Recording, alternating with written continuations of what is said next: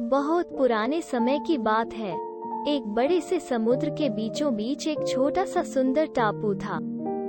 पूरे टापू पर बहुत सारे पेड़ पौधे थे।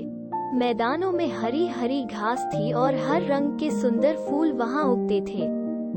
फूलों की महक से सारा वातावरण महकता रहता था। वहां एक बहुत ही अच्छा राजा राज्य करता था। सभी की खुशी में वो खुश होता था और सबके दुखों को बांटकर कम करता था।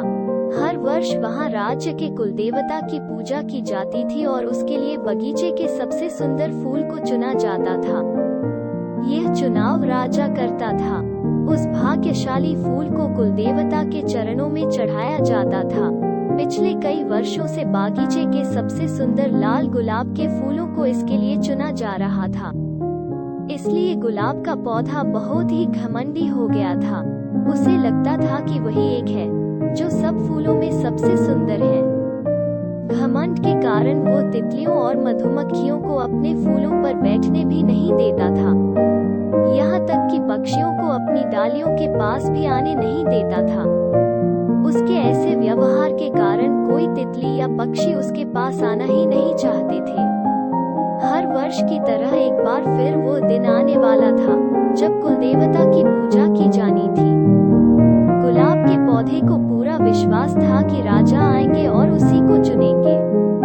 गुलाब के पौधे के पीछे मिट्टी के ढेर पर एक पौधा अपने आप उगाया था। छोटा सा, नाजुक सा, उस पर चमकदार पीले रंग के छोटे छोटे फूल उगे थे। वो एक जंगली पौधा था, इसलिए कभी कोई उसकी ओर ध्यान ही नहीं देता था। उसके फूल छोटे थे लेकिन बेहद सुंदर थे। घंटी के आकार के उन फूलों की पंखुड़ियां किनारों पर गहरे लाल रंग की थी। वो जानता था कि उसकी ओर कोई ध्यान नहीं देता है, फिर भी वो बड़े प्यार से सभी तितलियों और पतंगों को अपने पास बुलाकर अपना रस पीने देता था। पक्षी उसकी डालियों पर बैठकर खुश होते थे। यह सब देखकर पौधे को खुशी होती थी कि वो किसी के काम तो आ सका। और फिर वो दिन आया जब राजा बागीचे में फूल चुनने आए। माली उन्हें सीधा गुलाब के पौधे के पास ले गया। इस बार तो गुलाब और भी सुंदर और बड़े खिले हैं महाराज, वो बोला।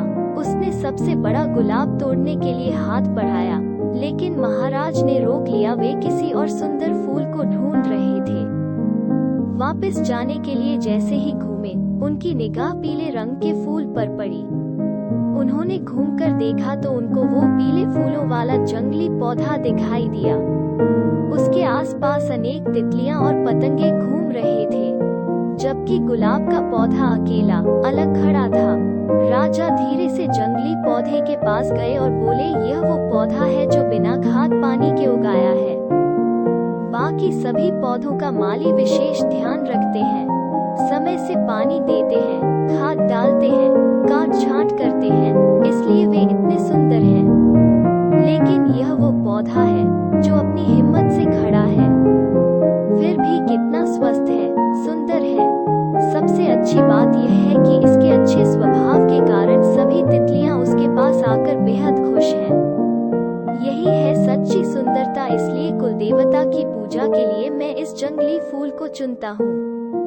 अगर वीडियो अच्छा लगे तो वीडियो को सब्सक्राइब, लाइक और शेयर करना।